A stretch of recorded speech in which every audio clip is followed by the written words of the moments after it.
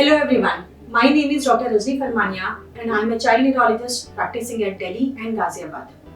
Today we will discuss about a test EEG, electroencephalogram. So this is a test for brain and it can be done in children and in adults both. So EEG test किया जाता है अगर किसी बच्चे को हम epilepsy suspect कर रहे हैं या फिर कुछ एबनॉर्मल मूवमेंट्स हैं जिसके बारे में हमें क्लैरिटी चाहिए। जैसे कि एक हार्ट का टेस्ट है, हम सब जानते हैं ECG वो हार्ट के लिए होता है, उसमें भी कुछ लीड्स ऐसे लगाए जाते हैं जो कि हार्ट के बारे में बताते हैं। EEG में बहुत सारे लीड्स आपके हेड पे लगाए जाते हैं और वो आपकी ब्रेन की एक तरीके की मैपिंग है जो हमें काफ़ी चीज़ों के लिए क्लैरिटी देती है। सो उसको शॉर्ट में बोलते हैं EEG या इलेक्ट्रोएन्सेफेलोग्राफी।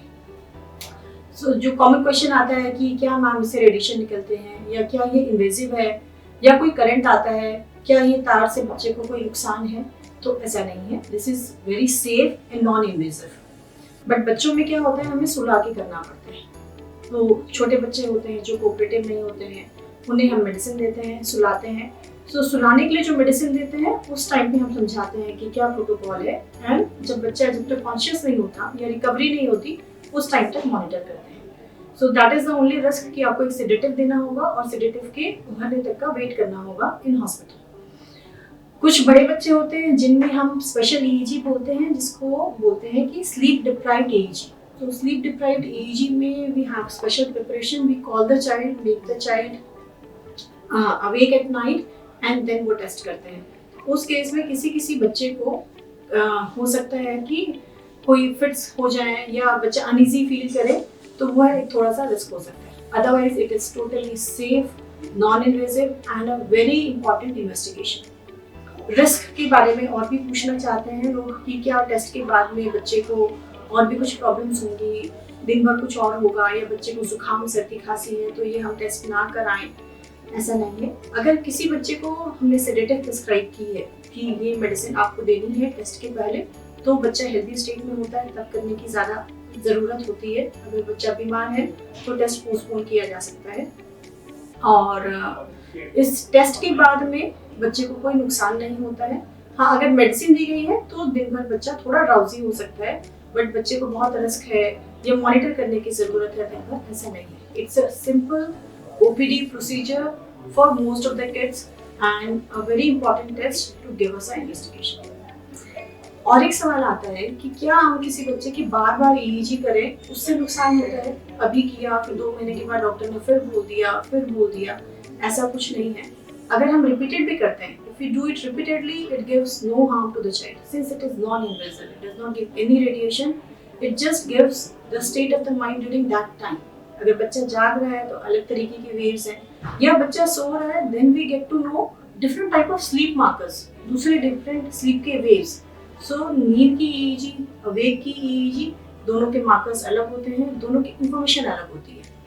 सो please discuss with your doctor the right kind of EEG, what they want to prescribe, the duration of EEG and the prerequisites कि बच्चे को क्या पहले दवाई बंद करनी है या कोई और इंस्ट्रक्शन है।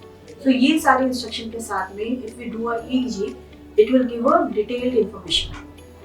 EEG की जो टाइप में डिस्कस कर रही थी, कुछ और भी टाइप्स हैं कि हम लेंथ के ऊपर भी डिफाइन करते हैं। एक short routine EEG around 20 to 30 minutes का होता है। कुछ EEG के लिए हम लेंथ बढ़ा देते हैं, so it can be 1 hour, 2 hours, 6 hours और maybe 24 hours. That is called epilepsy monitoring. यह EEG की लेंथ जब हम बढ़ाते हैं, it gives a better information about the child.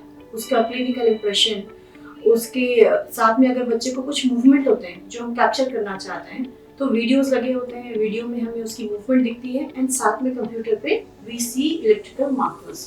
So that is again the gold standard of video EEG to give a diagnosis of that abnormal movement.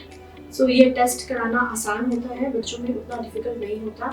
Child friendly environment अगर हम करें या बच्चे को हम काउंसिल करें पहले से कि ये कुछ नहीं है, सिर्फ एक वीडियो हो रही है एंड आपका टेस्ट हो रहा है, तो बच्चे समझ जाते हैं और अच्छे से करवाते हैं ना।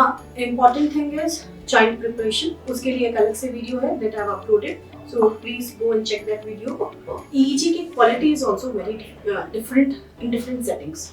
सो EEG का फर्स्ट इज टेक्निकल पैरामीटर, जो कि टेक्नीशियन काफ़ी अच्छे से समझते हैं, जो भी एक्सपीरियंस्ड है, स्पेशली इन चिल्ड्रन EEG, कि किन सेटिंग्स में ये टेस्ट को ऑब्टेन करना होता है। नेक्स्ट इज कि अच्छी रिपोर्टिंग होगी। अगर कोई डॉक्टर को एक इन्फॉर्मेशन है कि इस एज के बच्चों की ईईजी या बच्चे के स्टेट ऑफ माइंड के हिसाब से अवेक या स्लीप ईईजी में इन्हें कैसे रिपोर्ट करना है या इन वेव्स को कैसे इंटरप्रेट करना है, then it will lead to a good quality EEG report. A good quality EEG report means a better clinical diagnosis and a better treatment.